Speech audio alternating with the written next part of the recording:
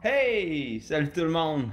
Aujourd'hui, mes aventures praniques épisode 2 pour ceux qui ont manqué la première vidéo. En gros, j'ai fait un processus pranique ou en fait je suis en train de faire un processus pranique. Qu'est-ce que ça veut dire en français? Un processus pranique, c'est quand on veut convertir notre corps physique à s'alimenter uniquement à l'énergie qu'on va appeler universelle, qui est la même énergie utilisée dans les traitements de Reiki ou autres. Mais bon, fait qu'en gros, c'est ça le principe. L'idée, c'est que c'est d'emmener notre corps à fonctionner avec zéro calorie. La différence entre ça et un jeûne, c'est qu'un jeûne, à un moment donné, à mesure que le jeûne avance, ça dépend du monde, mais le poids diminue, puis les gens, ils finissent par se sentir fatigués, ou en tout cas, le poids diminue tout le temps, puis quand on devient pranique, la différence entre ça et un jeûne, c'est que le poids, à un moment donné, il se stabilise, puis il peut être stable pendant des mois ou des années sans consommer aucune calorie. Donc, le processus que j'ai fait en gros, parce que je prends pour acquis qu'il y a des gens qui n'ont pas vu la première vidéo, je fais juste résumer très rapidement. J'ai fait 7 jours de jeûne sec. Après ça, j'ai fait des jus dilués pendant 2 semaines. Donc, une semaine de jeûne sec, ça veut dire sans nourriture ni eau. Après ça, 14 jours de jus dilués à environ 300 calories par jour. Ça, c'est le 3 semaines du processus habituel pour devenir pranique. C'est sûr qu'il y a d'autres choses dans le processus. Là, je fais juste décrire ce que je faisais au niveau alimentaire, mais il y a comme d'autres morceaux à savoir. Puis depuis une semaine, j'ai commencé à diminuer mes calories. Donc j'étais à 300 calories. Là, j'ai diminué à 180 à peu près il y a une semaine. Puis il y a quelques jours, j'ai diminué à peu près à 70. Autrement dit, là, je suis à 70 calories par jour. Pour vous donner une idée concrète, ça ressemble à peu près un peu moins qu'une pomme par jour que je consomme, mais en jus dilué. Quel genre de jus dilué? Au début, je prenais de l'eau de coco très diluée dans de l'eau, des jus frais. Là, j'ai vu de l'eau d'érable pure, naturelle, non filtrée à l'épicerie. Là, je prends un petit peu d'eau d'érable dans beaucoup, beaucoup d'eau. Donc, j'ai fait ça dernièrement. Qu'est-ce que j'ai fait aussi de nouveau dans la dernière semaine, un petit peu plus qu'une semaine, ça fait 9 jours, je pense. J'ai recommencé à m'entraîner. Là, quand je dis m'entraîner, je veux pas dire aller prendre une marche ou faire du vélo à une vitesse lente. Je veux dire l'entraînement de culturisme. Ça veut dire entraînement musculaire intense. Fait que j'ai commencé ça il y a à peu près 9 jours. Ça, c'est fascinant parce qu'un de mes buts, c'est d'être pranique, c'est-à-dire à 0 calories par jour, et prendre de la masse musculaire et de la force. Faire les deux en même temps pour me prouver que ça se peut, en gros. C'est ça le défi que je me suis lancé dernièrement. Euh, Pendant les 2 semaines que j'ai été au jus dilué à seulement 300 calories par jour, ce qui est ridicule parce qu'avant je mangeais entre 2000 et 3000 calories par jour, puis là j'étais à 300. Mon poids s'est stabilisé, ça a pris à peu près 3 jours, puis après mon poids était stable à 163 livres. Le lendemain que je me suis entraîné, ce que j'appelle l'entraînement de culturiste, là, pour vous donner une idée, un entraînement musculaire intense, ce que ça implique, c'est après, j'ai de la misère un peu à monter l'escalier. C'est ça que je veux dire par entraînement musculaire intense. C'est pas vraiment juste un passe-temps tranquille. Euh, le lendemain que j'ai fait mon premier entraînement musculaire, je pesais 160 livres au lieu de 163. Après ça, j'ai commencé à diminuer mes calories. Mon poids était relativement stable à 100. Il a baissé à 159 puis il est resté là, ou 157 en tout cas dans ces eaux-là.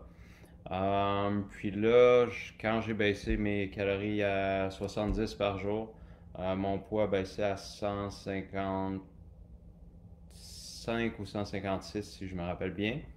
Ce qui fait que j'ai à peu près le poids que j'avais au cégep. Rien de très inquiétant parce que j'avais ce poids-là au cégep. Donc ça, c'est où je suis rendu côté perte de poids. Ce qui est fascinant, c'est que mon poids était stable pendant 2 semaines avec seulement 300 calories par jour. Tu sais, je suis encore assez impressionné de ce fait-là. Euh, Parce qu'avant, pour que mon poids soit stable, ça prenait à peu près 1700, ben, entre 1700 et 2000 calories. Puis quand je diminuais en bas de 1700, mon poids diminuait. Tandis que là, il se maintenait avec 300 calories. Donc ça, c'est assez fascinant. Je prends ça comme un bon signe pour la conversion vers le pranic, que mon poids se soit maintenu avec aussi peu de calories. Là, je vais tomber à zéro bientôt, probablement mardi ou mercredi. Puis là, ça va être intéressant. Je prends pour acquis qu'il va peut-être baisser encore un petit peu, puis qu'il va se stabiliser après. En tout cas, c'est ça le but, parce que quand il est stable, en gros, pour savoir si notre corps est converti au fonctionnement pranique, le poids est stable pendant longtemps, là, exemple un mois, sans manger, zéro calorie, juste de l'eau, des tisanes, tout ce qui est zéro calorie, c'est correct.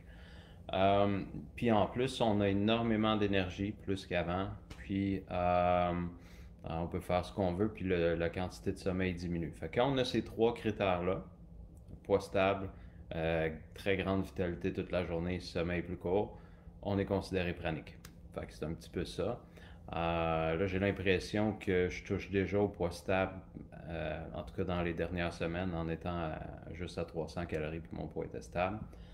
Je voulais parler un petit peu parce que là, je vous raconte un peu ce qui s'est passé la dernière semaine. Fait que je vous raconte un petit peu les défis que j'ai rencontrés, parce que mon but, c'est aussi d'être transparent dans le processus de ce qui peut se produire si quelqu'un décide de faire ça.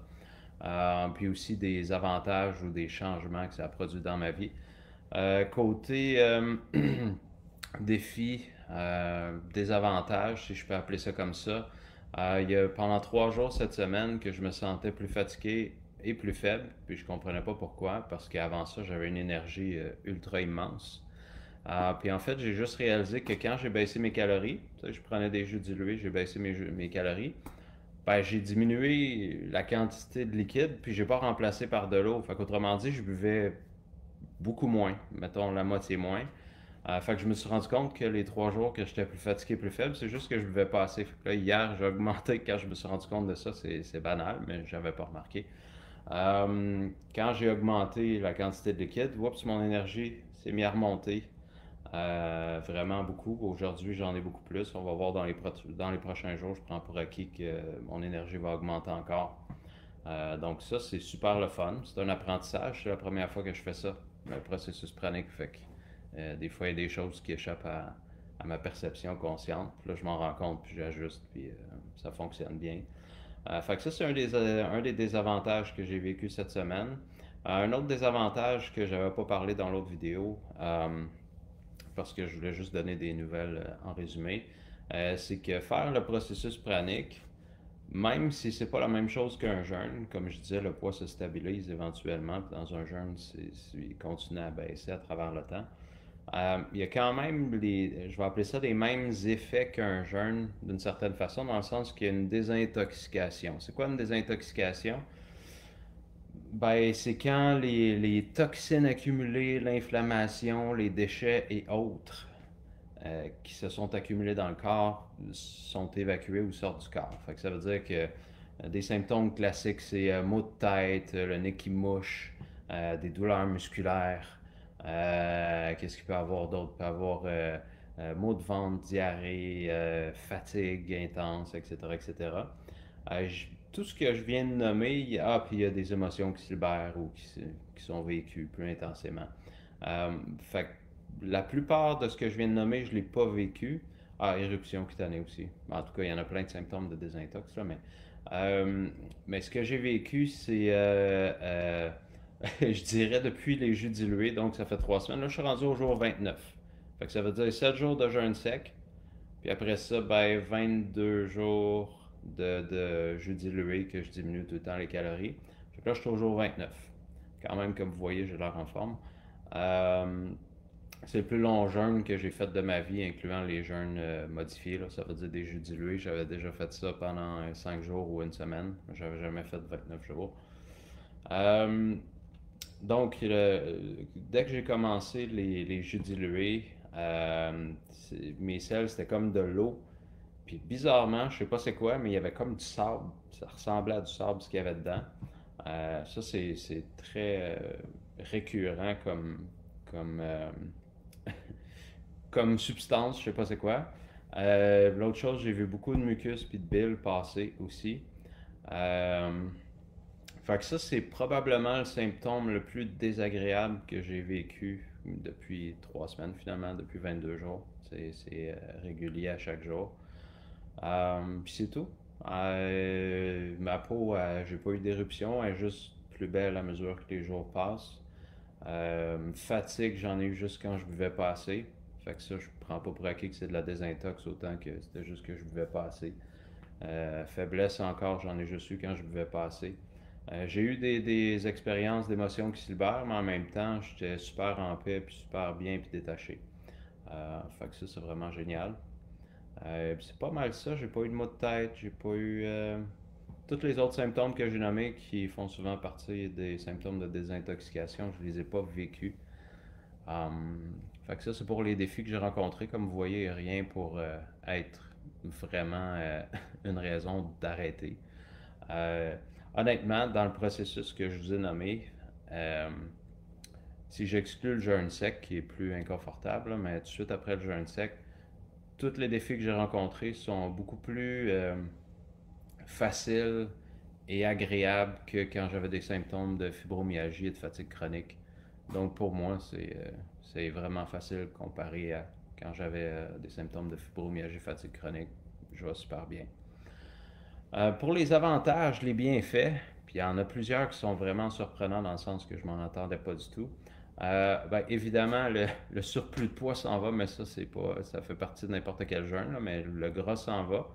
Là, j'ai l'impression que j'ai pris un petit peu de masse musculaire, peut-être une livre depuis que j'ai recommencé à m'entraîner. Donc, ça, c'est bien. Mais le gras s'en va, là, les abdos apparaissent, etc. Sans que je me sente privé, ça, c'est une autre chose. Ça m'emmène dans un deuxième bienfait. J'ai ni faim ni soif. Puis c'est pour ça qu'il faut que je me rappelle de boire parce que j'ai pas souvent soif. Euh, Puis j'ai pas de rage de sucre ou de manger certains aliments. Avant, j'en avais presque tous les jours, puis là, j'en ai pas. J'ai eu un petit peu faim au début des jus dilués, mais tu sais, une petite sensation 10-15% de ce que je vivais avant que j'appelais avoir faim. Fait que ça rend vraiment facile le processus parce que je suis pas affamé, j'ai pas de rage. Des fois, là, je sens les odeurs d'aliments parce que, tu sais, ben, ma famille continue à manger, puis des fois, je cuisine en plus. Fait que là, je sens les aliments. Ce que je dirais, ce que j'ai comme faim, c'est pas vraiment de la faim, c'est comme des réflexes mentaux, psychologiques, émotionnels. C'est comme ma tête a dit, ah, ça serait bon de manger ça, mettons, mais j'ai pas de faim physique. Puis des fois, j'ai comme, tu sais, émotionnellement, le feeling de manger, mais encore là, pas de faim physique. Fait que c'est assez particulier parce qu'avant, c'était tout connecté ensemble. Il y avait la faim psychologique, la faim émotionnelle, puis la faim physique qui se produisaient en même temps. Mais là, c'est pas super fréquent, mais des fois, il y a la faim psychologique, la faim émotionnelle, mais il n'y a juste pas de faim physique qui est rattachée à ça, fait que c'est un peu bizarre. Fait que ça, c'est un changement assez important pour moi, qui est l'absence de rage alimentaire. Là, ça, c'est vraiment un gros changement. Un autre changement assez fascinant, c'est que quand je m'entraîne, puis je m'entraîne quand même vraiment intensément, euh, c'est moins souffrant de faire un effort physique musculaire qu'avant. Fait que ça, c'est un gros changement parce que ça rend l'expérience de m'entraîner plus facile. Mais le changement encore plus impressionnant, c'est que je récupère beaucoup plus vite, puis j'ai presque pas les muscles endoloris après. J'ai un petit peu, là, mais peut-être 15% d'avant en intensité de muscles endoloris. Puis au lieu de prendre 5-6 jours de récupération, ça en prend à peu près 3. Donc je récupère 2 fois plus vite, puis le niveau de douleur est à peu près 5-6 fois plus petit ou plus bas. Ça, c'est assez fascinant. Ben, en partant, faire un entraînement musculaire intense en mangeant 70 calories par jour, c'est déjà impressionnant. Euh, Trouver ça plus facile m'entraîner avec 70 calories par jour qu'avec 2-3 000, c'est surprenant.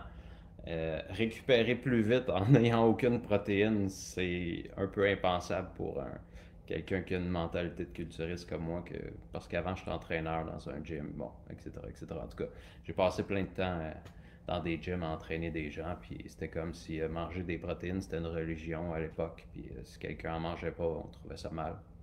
Mettons, quelqu'un qui en mangeait pas beaucoup. Fait que ça compte, c'est le contraire de ce que j'ai appris pendant toute ma vie dans mon ancienne carrière. Fait que c'est drôle. Euh, les autres bienfaits qui sont assez surprenants, c'est que j'ai une sorte de paix presque inébranlable. Tu sais, dans le sens que des fois, il y a des affaires qui me créent un petit peu de stress, mais c'est vraiment. très petit comme expérience. J'ai une sorte de détachement vraiment gigantesque, une paix vraiment gigantesque, puis qui est très très stable, sans faire de technique. Là. Je médite pas, je fais rien pour que la paix soit là, elle est juste là. Ça, c'est inattendu pour moi en faisant ce processus-là. Un autre surprise, c'est que quand je fais du travail intérieur, par exemple des techniques de développement personnel, c'est à peu près 7 fois plus rapide qu'avant.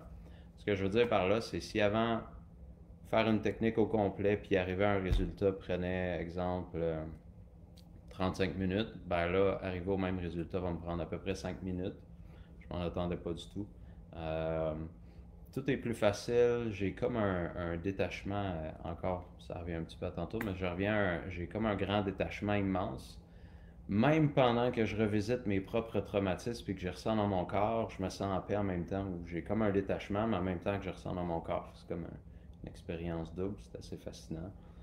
Euh, j'ai besoin de moins de sommeil qu'avant, mais quand je dors moins que ce que j'ai besoin, avant ça me rendait vraiment dysfonctionnel dans le sens que je n'étais pas productif là, pendant la journée quand je manquais de sommeil. Là, ce qui change, c'est que je sens les symptômes de fatigue physique. Exemple, j'ai mal aux yeux.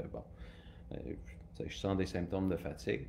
En même temps, il y a une vitalité quand même forte en dedans de moi. Fait que c'est comme contradictoire parce qu'avant, quand j'étais fatigué, je ressentais pas de vitalité. Puis quand j'étais en forme, je ressentais de la vitalité. Là, quand je suis fatigué, je ressens des symptômes physiques de fatigue. Puis il y a quand même une grande vitalité en moi qui est pas mal stable. Bon, si j'exagère, là, j'ai eu plusieurs nuits de 4 heures il y a une semaine ou deux semaines. Euh, Rendu au 3 4e jour, même 5e, je me rappelle plus, mais j'ai eu vraiment plusieurs jours de 4-5 heures.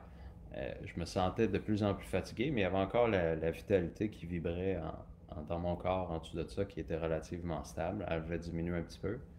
Mais c'est ça, elle est quand même là pas mal tout le temps, sauf quand je buvais pas assez, je la sentais plus beaucoup. Euh, Ça, c'est fascinant.